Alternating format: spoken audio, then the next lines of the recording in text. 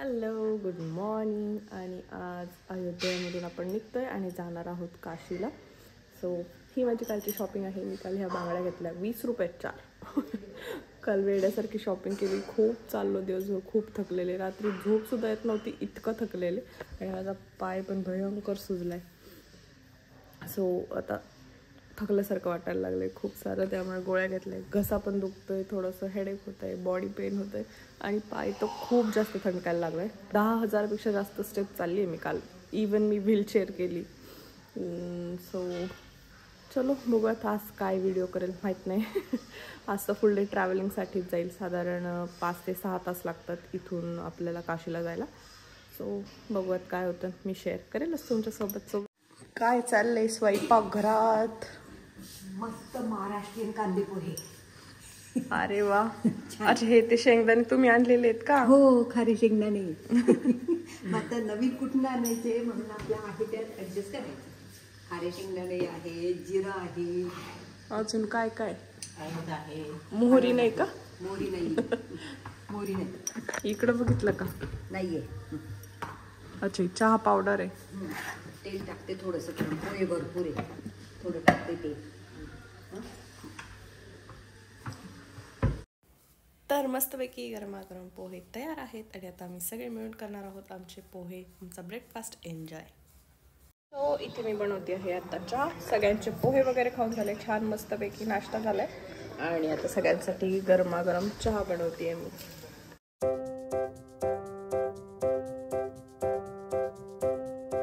हे एवढ्या आतमध्ये आहे ना आमचा विला, त्यामुळे सगळ्यांना कन्फ्युजन होते. काल आम्हाला पण यायला 2दा आम्ही रस्ता चुकलो. पप्पा ते दुसऱ्या रिक्षात आले, ते पण चुकले. आता कॅबवाल्याला बोलवले, त्यालाही रस्ता सापडत नाही. चलो निघतो आता आम्ही अयोध्यावरून आणि आता चाललोय काशीला जाण्यासाठी. सगळं आवरलंय आणि कॅब सुद्धा आली. सगळ्या लेडीज रेडी आहेत. चलो निघालोय. जय श्रीराम. जय श्रीराम. जय श्रीराम.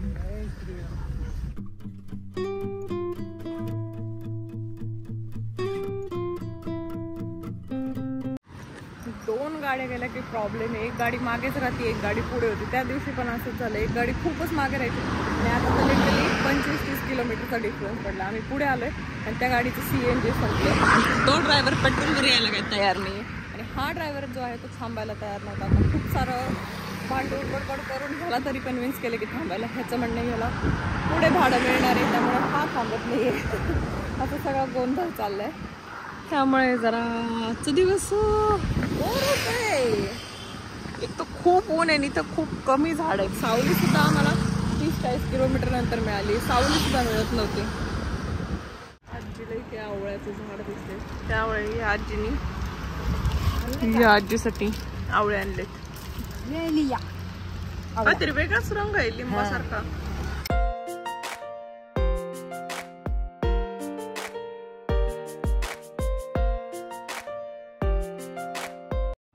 सो हे काय नाव आहे, तंदुरी चाय नावाचं रेस्टॉरंट आहे इथे.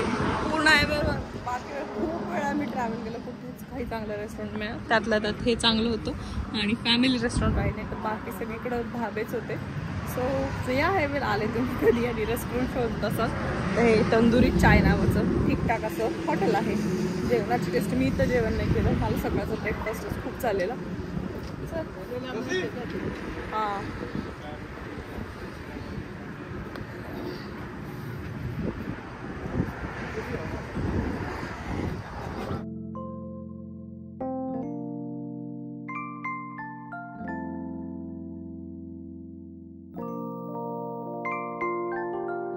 सो हे आहे आमचं इथलं वाराणसीतलं गेस्ट हाऊस. बघ चला, वायफाय वाले मेंबर फोन काढा इकडं. तुला जोडायचे का?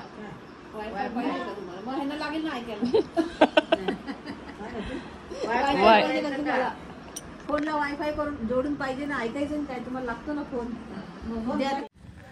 तर आता सध्या इथे जी मागं बिल्डिंग दिसते इथे आमचा स्टे आहे. आज 4 बेडरूम्स आहेत इथे. होमस्टे सारखंच आहे. एअरबीएनबीवरतूनच बुकिंग केले आणि आता आम्ही तिघीच, मी, आत्या आणि आई, आम्ही 3 जण निघालेलो आहोत थोडंफार बाहेर असं चक्कर मारून येण्यासाठी. कारण की आज दिवसभर काहीच केलं नाही, फुल डे ट्रॅव्हलिंगमध्येच गेला. कॅबच्या झंझटमुळं आम्हीही वैतागलो आणि ऊनही खूप भयंकर होतं. त्यामुळे मग आता जाऊयात बाहेर, थोडंसं बघूयात काय आहे आजूबाजूला, काय करणार एक्झॅक्टली असं काही प्लॅन नाही आहे, जसं असेल तसं.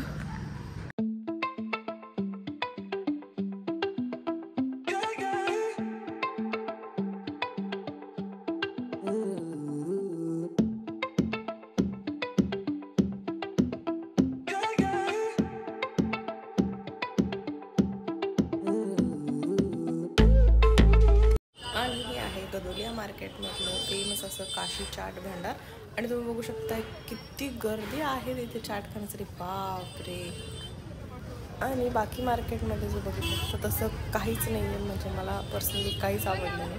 सो थोडे पुढे चालत गेल्यानंतर ह्या बनारसी ओढणीज आहेत, पण आपल्याकडेही मिळतात, पण ह्या खूप महाग होत्या 450ला. आणि हे ब्लाऊज आहेत रेडीमेड, कुठलेही ब्लाऊज घ्या इथे 250ला हे ब्लाऊज होतं. पण आपल्याकडे ज्या क्वालिटीचं जसं असतं त्याच प्रकारचं होतं, मला तेवढं काही आवडले नाही. आणि हे जरा इंटरेस्टिंग गोष्ट वाटली मला. हे बटवा जे आहे त्याचं हँडल आहे ते मोत्याचं आहे. छोटं पाऊच जे आहे ते 50 रुपयापासून इथं स्टार्टिंग आहे, 50, 100, 150, 200 अशी रेंज आहे. हे जे गोल बटवा आहे हा 100 रुपीजला आहे आणि ह्या पद्धतीचे त्याचे मोत्याचे हँडल आहे, छान वाटते. आणि त्यानंतर हे छोटा बटवा जे आहे हे 50 रुपयाला आहे. काय साडी आहे का? 550 रुपयाला.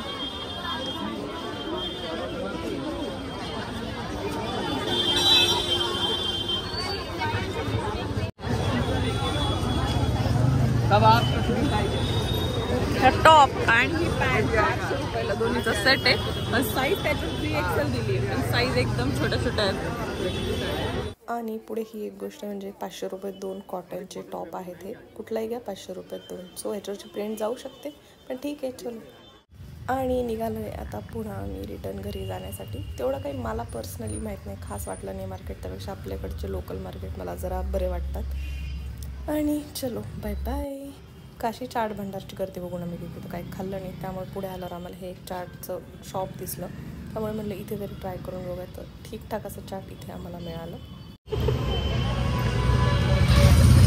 कसं आहे खरंच का?